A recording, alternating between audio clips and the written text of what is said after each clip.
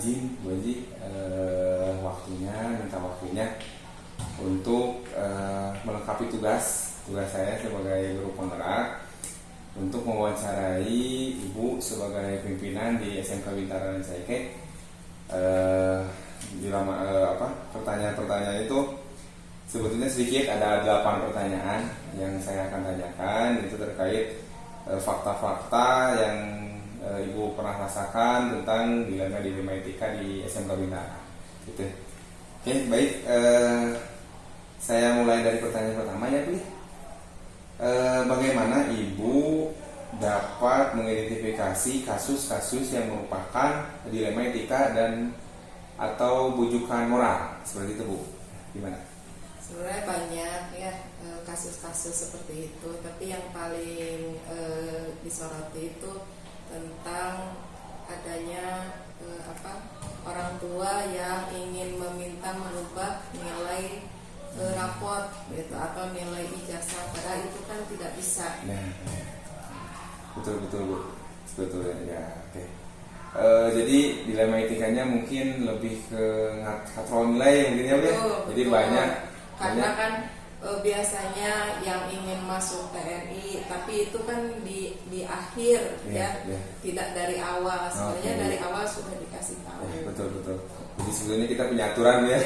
Betul, artinya bahwasanya kalau misalnya sudah lulus mungkinnya tidak bisa merubah nilai seenaknya seperti itu. Oke, baik Bu ya. Nah, untuk pertanyaan kedua Bu, selama ini Ibu menjalankan pengambilan keputusan di sekolah Ibu, ya, terutama di SMK Bintara untuk kasus-kasus yang memang dua kepentingan ini sama-sama benar, ya, sama-sama benar atau sama-sama mengandung nilai kebijakan. Nah, gimana Bu? Ya masih seperti tadi ya, tentang nilai. Sebenarnya di satu pihak kita kan sudah aturan ya bahwa nilai itu kalau sudah selesai di akhir itu berarti nilai akhir dan tidak bisa diganggu gugat. Dilema yang lainnya mungkin karena orang tua itu datang memang dia punya kepentingan pribadi juga dan untuk supaya anaknya bisa masuk ke yang dituju dengan nilai tertentu itu. Sebenarnya di satu pihak kita bisa membantu juga, tapi kembali lagi ke kebijakan sekolah, kita punya aturan. Ya, baik Bu, baik. Seperti itu ya Bu ya. Nah, untuk pertanyaan berikutnya di sini ada apa sih langkah-langkah Ibu atau prosedur yang Ibu biasa lakukan selama ini untuk mengantisipasi dilema-dilema tersebut? Nah, langkahnya kita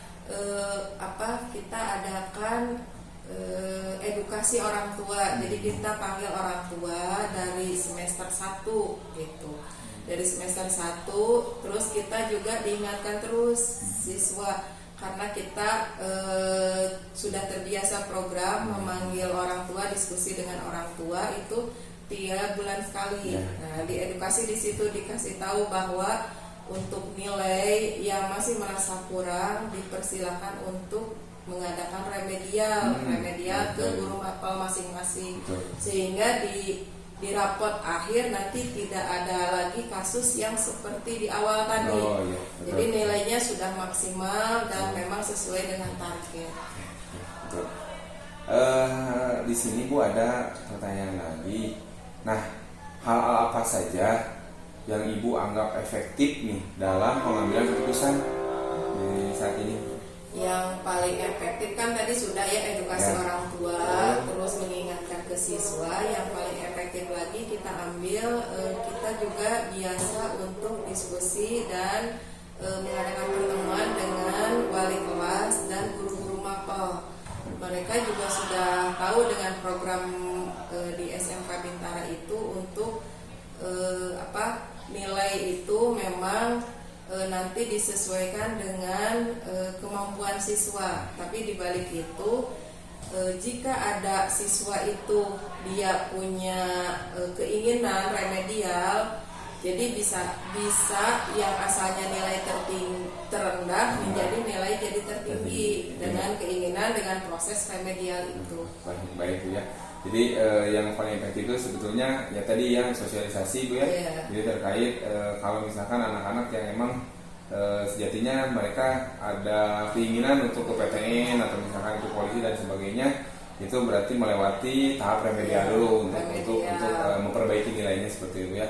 Nah, pertanyaan berikutnya, apa nih yang menjadi tantangan ibu dalam menyelesaikan atau pengambilan keputusan pada kasus-kasus dilema etika ini? Nah, tantangannya sebenarnya memang kita juga tidak bisa memaksakan ya. Di awal itu kita sudah mengundang orang tua, tapi ada kalanya orang tua itu tidak hadir, tidak bisa hadir, diwakilkan.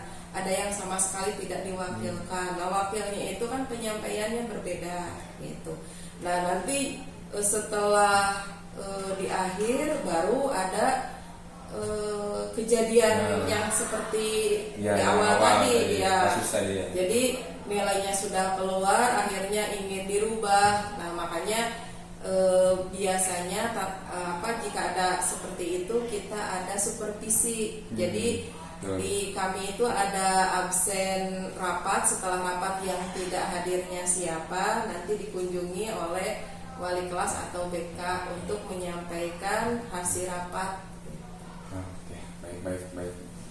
Nah, di sini Bu, apakah Ibu ada membuat jadwal tertentu atau misalkan jadi jadwal tertentu untuk menyelesaikan masalah-masalah dilema ini, atau misalkan secara langsung nih, apakah gimana Bu?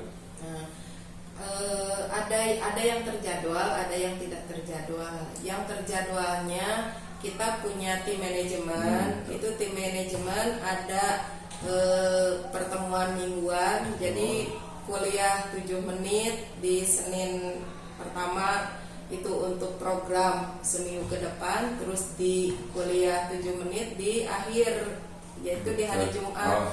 Jadi untuk evaluasi dan persiapan program untuk minggu depan. Terus ada yang bulanan, itu tim manajemen semua, itu bulanan. Jadi kita evaluasi juga hal-hal tentang masalah-masalah yang ada di sekolah atau program-program yang sudah diselesaikan. Nah, ada yang 3 bulan sekali. 3 bulan sekali itu dengan wali kelas dan guru mapel, jadi dengan semua lini sekolah. Jadi mereka tahu, jadi sebelum penilaian akhir, terus sebelum pembagian rapot dengan orang tua, jadi itu kita ada pertemuan. Nah, yang akhir pertemuan 1 semester dan diakhiri dengan pertemuan 1 tahun sekali. Ya.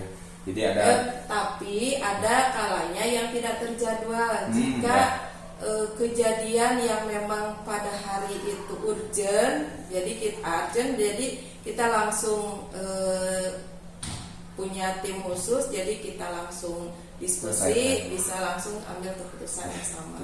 Baik Bu. Jadi ada yang emang terjadwal dan ada juga yang emang spontan, spontan ya, jadi langsung diselesaikan hari itu karena urgensi ya Bu ya, urgensi yang sudah emang mepet waktunya dan memang harus diselesaikan hari itu. Oke, baik Bu. Nah, pertanyaan berikutnya, apa yang menjadi faktor-faktor utama ya selama ini yang mempermudah Ibu dalam pengambilan keputusan ketika dilema etika? Faktor utama sebenarnya yang bisa mempermudah itu karena kami punya tim ya. Terus masing-masing tim itu punya bidang masing-masing. Nah, jadi saat pengambilan keputusan atau kebijakan atau pelaksanaan program, ya tim itu bekerja semua. Jadi bukan hanya kerja satu orang, tapi kita tim. Jadi bareng-bareng, jika ada masalah kita selesaikan bareng-bareng. Jika punya keunggulan, kita unggul bareng-bareng. Itu yang mempermudah kami di sini. Baik, luar biasa Bu ya. Memang semua yang baik itu adalah musyawarah dengan tim ya Bu ya. Iya. Baik, bagus. Oke, yang terakhir Bu, dari semua hal yang telah Ibu sampaikan, ya, pembelajaran apa yang Ibu petik saat pengambilan keputusan? Yang dipetik itu ada 2, yang secara pribadi dan secara institusi. Secara pribadi, sebagai orang tua menyadari ya bahwa kita punya anak jika sudah sekolah, kita mengikuti aturan sekolah bagaimanapun ya, karena kita sudah memberikan kepercayaan ke sekolah, berarti kita harus kolaborasi antara pihak orang tua dan pihak sekolah bagaimana untuk perkembangan anak kita. Nah, sebagai institusi ya bisa kita petik itu kerjasama ya, kerjasama, terus bagaimana melayani, karena kita melayani orang tua itu berbeda-beda, dari mulai segi pendidikan ya, segi di masyarakat itu berbeda-beda. Jadi ada kalanya orang tua yang bisa langsung kita diajak diskusi, ada yang harus beberapa tahap. Terus ada lagi bahwa kalau kita sudah masuk institusi, kita bukan bekerja sendiri, tapi kerjanya tim. Jadi kita harus saling percaya dan saling tanggung jawab dalam segala hal dalam melaksanakan program di institusi. Baik Bu, alhamdulillah mungkin ya pertanyaannya sudah selesai juga Bu, dan luar biasa kita itu ya Ibu sebagai pemimpin alhamdulillah bisa bijaksana dalam pengambilan keputusan, karena memang pada dasarnya kita dilema ketika emang ada orang tua mungkinnya, terutama Ibu mungkin ada orang tua yang memang minta anaknya dinaikkan nilainya, tapi kan kita punya aturan mungkin ya seperti itu ya. Mungkin kedepannya nanti tantangan yang Ibu tadi sampaikan bisa lebih baik lagi mungkin ya kedepannya. Mungkin segitu dulu Bu, terima kasih waktunya. Mohon maaf saya mengganggu waktunya. Assalamualaikum warahmatullahi wabarakatuh. Waalaikumsalam.